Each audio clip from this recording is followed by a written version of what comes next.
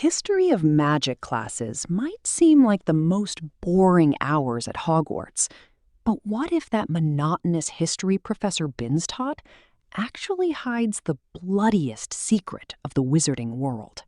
I am talking about those terrifying rebellions created by the wizard's own hubris, where a wandless race bathed the entire magical world in blood.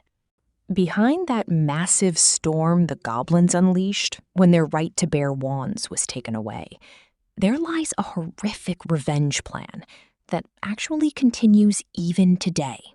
You will soon learn the details of all that spilled blood, and this wrath that even Lord Voldemort failed to account for. For Harry Potter and his friends, Goblin rebellions were just boring dates that needed to be memorized to pass the exam. But behind those numbers, Professor Binns had them write on parchments, lay the heaviest price of wizarding hubris. For centuries, wizards viewed magic as a noble privilege belonging solely to themselves. Although they found goblins to be extremely highly intelligent and dangerous, they prevented them from holding wands with strict laws. Just as Hagrid said, Gringotts was run by goblins, and attempting to rob that massive bank was sheer madness. If it were you, would you blindly hand over the keys to all your wealth in the world to a race whose wand use you banned and oppressed for centuries? Or was this the greatest hubris of wizards in history? Here is where the famous goblin Urg the Unclean stepped onto the stage of history to exact the punishment for this hubris. Unable to tolerate the wizards constantly looking down on them any longer, Urg gathered the goblins under a single banner of revenge. Initially, wizards underestimated the goblins because they had no wands and thought the rebellion would be suppressed immediately. However, with his sword and impenetrable armor, Urg had practically built a wall of steel against the wizard wands. Blood ran like rivers. The magical world was shaken by a brutality it had never witnessed before.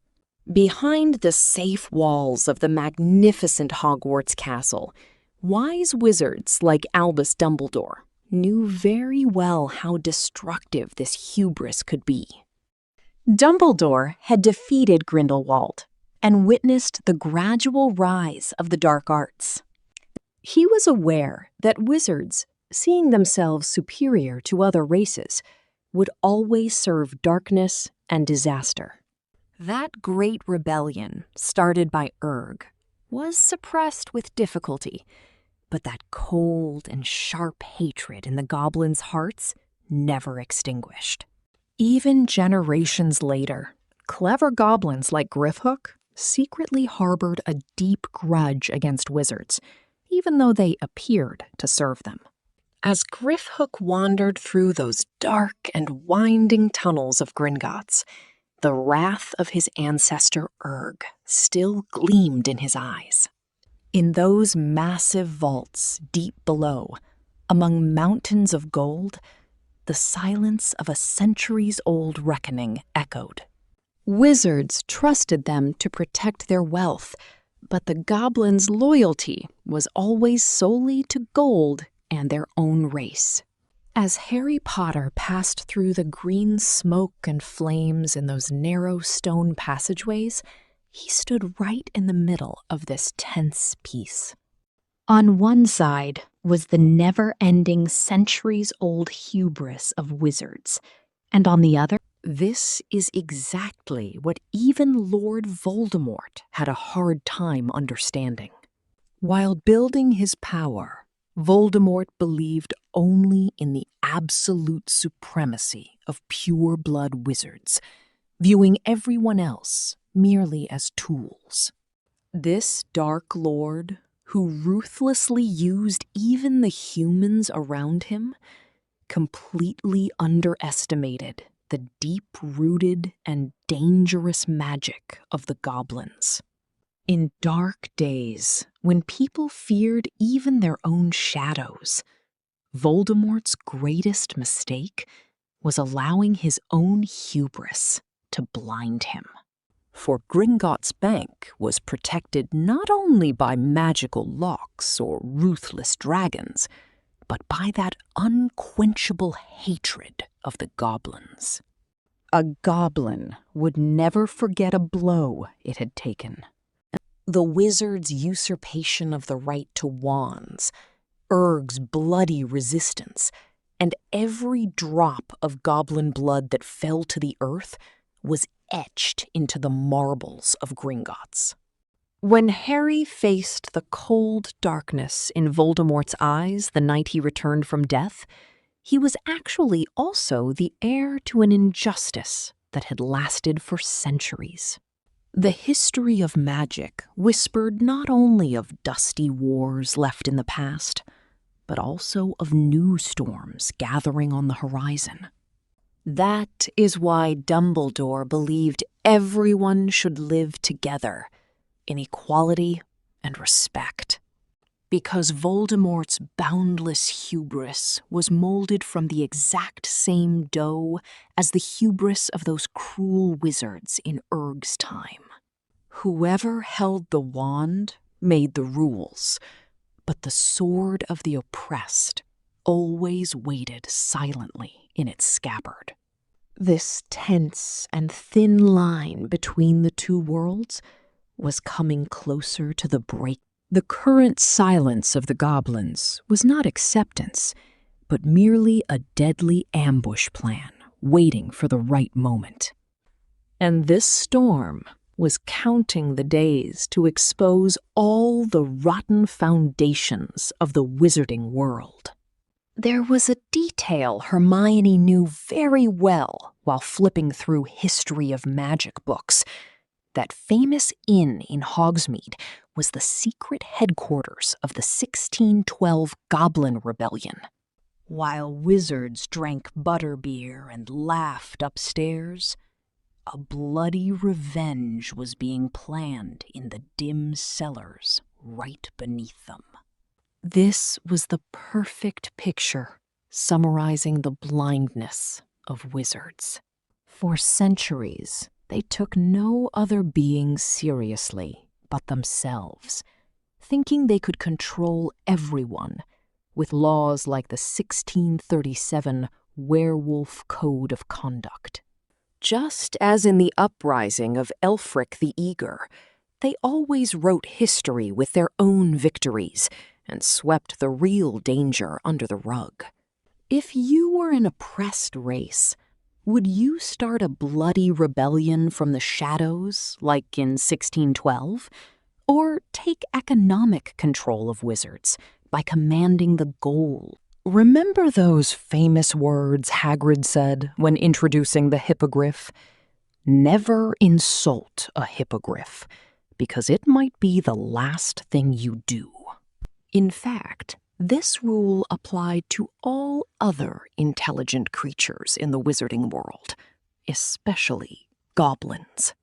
However, pure-blood-obsessed wizards like Draco Malfoy paved the way to their own demise by choosing to insult those before them instead of listening to them. Lord Voldemort's hubris fed exactly off this spoiled ignorance of Malfoy. He saw Gringotts merely as a place to hide his dark objects, and goblins as insignificant guards doing errands. As the bone-chilling coldness and despair spread by the Dementors roamed the corridors of Hogwarts, everyone was terrified. But Voldemort never thought that the silent and sharp coldness in the heart of a hubris is an insidious poison that blinds even the most brilliant wizard, rotting the soul from the inside. Albus Dumbledore knew this truth, watching with anxiety how the mistakes of the past created cracks in the stone walls of Hogwarts. because a goblin without a wand could turn a wizard's life into hell, not only with his sword, but also with his intellect. He also had to walk through the wreckage of this unjust and rotten system created by his ancestors. As the Dark Lord grew stronger, the wizard's towers of hubris had slowly begun to tremble. If you were in Harry's shoes, would you fight to repair this broken system like Hermione? Or would you spend all your energy solely on surviving Voldemort? Even though the friends around him believed in him, Harry sometimes felt he was all alone in this vast universe. Those dusty pages in the history books were about to ignite again with the wrath of Urg the Unclean. Goblins had memorized the weaknesses of wizards, already calculating how to turn the fall or rise of the Dark Lord to their own advantage.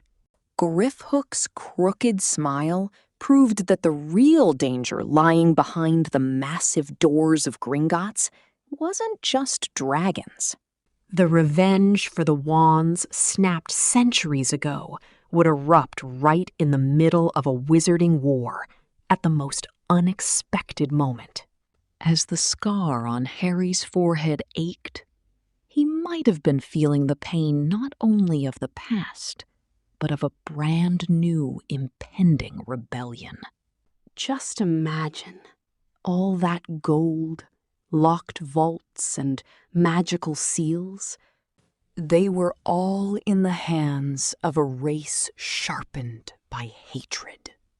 By the time Voldemort realized he had let this massive power slip through his fingers due to his pure-blood obsession, it would be too late. Perhaps what the wizarding world truly needs is for the wands to fall completely silent and a new balance to be established.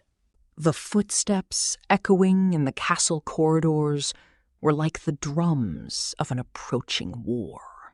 The darkness Albus saw over his half-moon spectacles was not just Voldemort's, but the shared darkness of the entire wizarding society. And illuminating this darkness required much more than a few powerful spells. History is not merely the boring events Professor Binns muttered about. History is a bill written in blood. Urg's sword might have been rusted, but the fire of rebellion in the minds of goblins was as fierce as the first day. The price of hubris has always been heavy, but this time, the Dark Lord won't be the only one paying the bill. Harry and his friends stand right at the center of this massive storm. The wands of the wizards and the swords of the goblins are quietly being sharpened against each other for the greatest confrontation in history. Perhaps the vows of revenge whispered in the cellars of that inn in 1612 will very soon echo off the ruined walls of Hogwarts. Let's see who will survive this great reckoning and who will be forced to lay down their wand forever. The real war is only just beginning.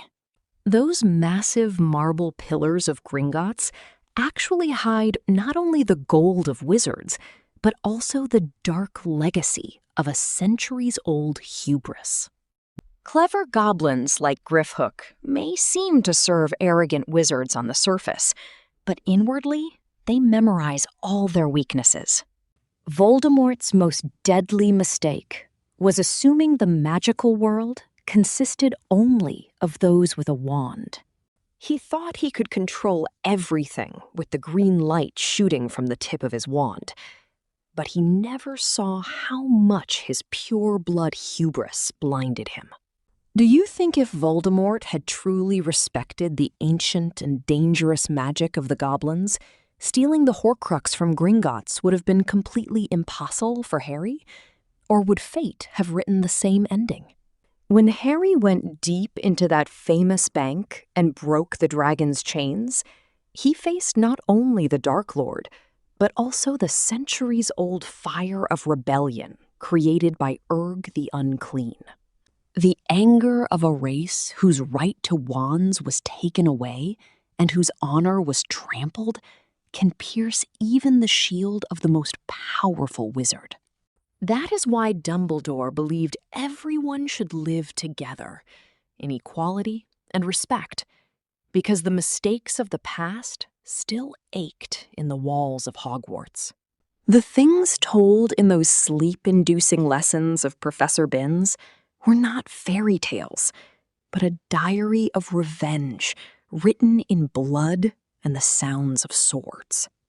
Urg the Unclean's wrath may have been suppressed on paper, but that silent and cold resistance of the goblins continues to live in the marbles of Gringotts. These rotten foundations of the wizarding world are perhaps feeding a new storm that is already ready to erupt. Who knows, this silent war of wands and swords may one day echo again on those magnificent castle walls, but this time, much bloodier. After all that has happened, I ask you, would you take the side of the arrogant wizards who monopolize the right to wands, or the goblins seeking centuries of revenge with their swords? Share your side and your reason with us in the comments, because the ashes of this war are still hot. If you want to continue discovering such dark secrets buried deep in the wizarding world and truths never told, don't forget to subscribe to the channel. The hubris of wizards prepared the end of a Dark Lord, but the mysteries of the magical universe never end. In our next video, we will dive into a much more terrifying truth lying behind the Dementor-filled walls of Azkaban that they want to erase from memories. For now, don't forget to stay in the dark, but always keep your wand at the ready. Because the greatest danger always comes from inside those silent shadows you underestimate the most. See you at the door of the next secret.